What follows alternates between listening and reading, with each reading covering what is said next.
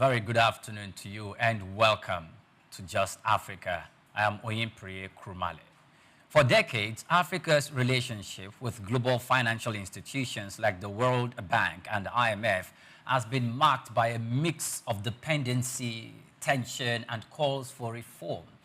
As African nations grapple with the rising debt burdens estimated at over $1.8 trillion across the continent, leaders are pushing back against the one-size-fits-all funding policies of the Bretton Woods institution. I'm Oyimprie Krumale once again, and this is Just Africa. Good afternoon to you, Olumide. Good afternoon. Chokoya. Priye, how you doing?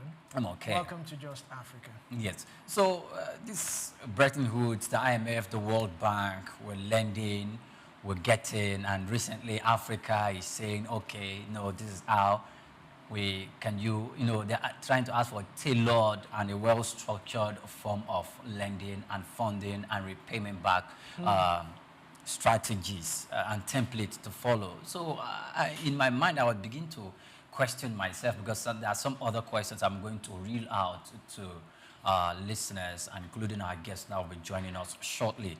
From now on, I'll begin to think if the Bretton Woods institution are going to give heed to some of these terms and references and resolutions that Africa is requesting for from the recent summit. Well, while I do not encourage lending too much and all that, but then again, no country can do without loans. We all need it. And while also there's a new player, the Chinese. The Chinese have stepped into the scene, and it seems as if their loan infrastructure seems to be more welcoming than that of the IMF or the World Bank. So that's another thing to actually consider. While sourcing for loans from IMF and all, what really makes me ponder is sometimes IMF or World Bank, they come up with this financial advice to countries, Nigeria and the rest of them, and you tend to wonder, is it because we are getting certain things from them?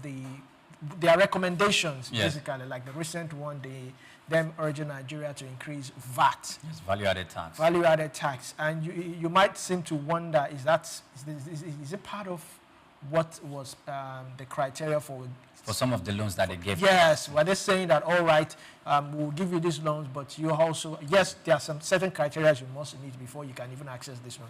But a lot of people have also talked about the transparency of these loans gotten from IMF and World Bank. So if they were deployed for the purposes for which they were collected. Exactly. Yes. Well, you cannot blame IMF, you cannot blame World Bank.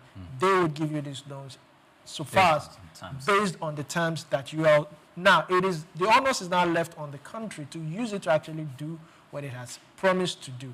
You cannot hold IMF responsible or World Bank.